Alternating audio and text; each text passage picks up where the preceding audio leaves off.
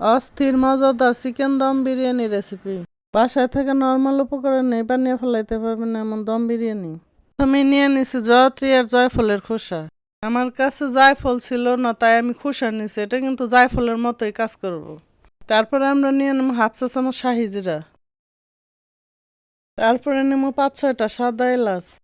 নিয়ে নেব 1 টেবিল চামচ কালো গোলমরিচ। তারপরে নেব 2 ইঞ্চি পরিমাণে দারচিনি। সাথে নিয়ে নেবো আস্ত একটা বড় এলাচ।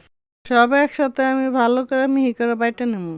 তারপরে নিয়ে নেবো 2 টেবিল চামচ বাদাম আর 2 টেবিল চামচ কিশমিশ। এটারও ভালো করে বাইটে নেব।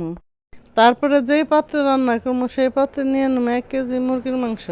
তারপরে দিয়ে দেবো 3 টেবিল চামচ ফেটানো টক দই। তারপরে দিয়ে দেবো 2 টেবিল চামচ আদা রসুন বাটা। তারপরে দিয়ে দেবো মরিচের গুঁড়া, ধনিয়ার গুঁড়া, জিরা গুঁড়া, স্বাদ মতো লবণ। তারপরে দিয়ে দেবো 2 টেবিল চামচ বিরিয়ানি মশলা, এটা দিলে টেস্ট ভালো হয়। তারপরে আবারও দিয়ে দেবো 2 টেবিল চামচ টমেটো সস। তারপরে দিয়ে দেবো হাফ কাপের একটু বেশি পেঁয়াজের বেরেস্তা।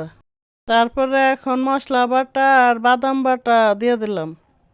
তারপরে বেরেস্তা করা তেলে থেকে অল্প একটু রাইখে বাকি তেলটা দিয়ে দেবো। তারপরে সব একসাথে ভালো করে মাখাইতে থাকবো। চাইলে কয়েকটা আলু ভাইজা বিরিয়ানিতে দিতে পারেন, আমার কাছে সময় ছিল না বলে আমি দিইনি। আমার কাছে সময় ছিল না বলে আমি মাংসটা মাইখা সাথে সাথে বিরিয়ানিটা রান্না করে ফেলাইছি। আপনাদের কাছে যদি সময় থাকে তাহলে ম্যারিনেট করে রাখবেন। তারপরে নিয়ে নেবো পোলার চাল, আপনারা চাইলে বাসমতি চালও নিতে পারেন। মাংস যা নেবেন তার অর্ধেক চাল নেবেন। আমি এখানে 1 কেজি মাংসের জন্য হাফ কেজি চাল ব্যবহার করছি।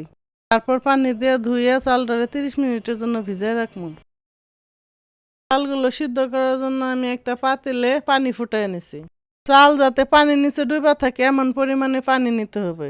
তারপরে পানির মধ্যে দিয়ে দেবো আস্ত গরম মশলা, এলাচ, দারচিনি, লবঙ্গ, গোলমরিচ, শাহি জিরা। লবণ এমন পরিমাণে দিতে হবে যাতে পানিটা তিতা হয়ে যায়। দিয়ে দিলাম আদা রসুন বাটা আর ধনিয়া পাতা। আপনাদের কাছে যদি পুদিনা পাতা থাকে তাহলে তাও দিতে পারেন। পানি যেহেতু ফালাইয়া দেবো সেজন্য পানি তিতা করার মতো লবণ দিয়ে দেবো। ভিজিয়ে রাখা চালগুলা পানি চাইবা দিয়ে দেবো। চাল দেওয়ার সময় আমি চামচ দিয়ে দিছি, হাত দিয়ে দিলে পানি ছিটটা আসতে পারে। তাই চাল দেওয়ার পরে খুন্তি দিয়ে নাইরা দিব, তাছাড়া চাল নিচে লাগা যেতে পারে। চাল যখন 70% হয়ে যাবো তখন ধনিয়া পাতাগুলো উঠে নেব। তারপরে ম্যারিনেট করা মাংস যে পাত্রে রান্না করবো সেই পাত্রে ভালো করে ছড়াই দেবো। চাল যখন এমন 70% কুক হয়ে যাবো তখন একটা ছাঁকনি দিয়ে ছাইকে নেব। মাংসের উপর দিয়ে দেবো 4-5টা কাঁচামরিচ।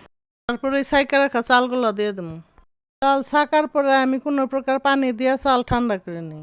চালটা মাংসের উপরে সমানভাবে বিছাই দিতে হবে।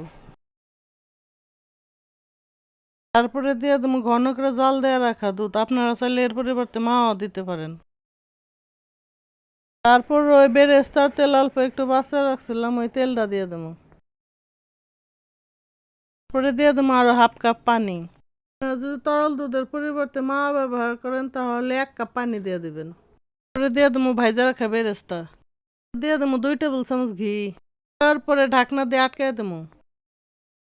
তারপর অল্প একটু আটা শুধুমাত্র পানি দিয়ে এভাবে মাখাই নেবো। এই আটাটা দিয়ে পাত্রের মুখ সিল করবো আমরা।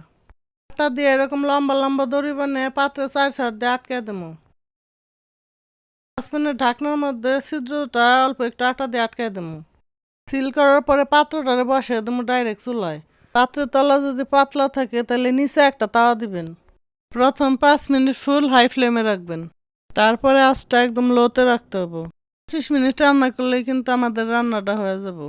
তারপরে একটা ছুরি দিয়ে সাইডের আটাগুলো সরাই ঢাকনা তুলে নেব। তারপরে একটা চামচ দিয়ে নিচে থেকে উপরে আলতো করে সবকিছু একসাথে মিশিয়ে নেব। দেখতেই পারতেছেন কি পরিমাণে সুন্দর ঝরঝরা হয়েছে। আমি কিন্তু ব্রয়লার মুরগি ব্যবহার করছিলাম। ভালোভাবে সবকিছু মিশিয়ে আনার পরে গরম গরম পরিবেশন করুন।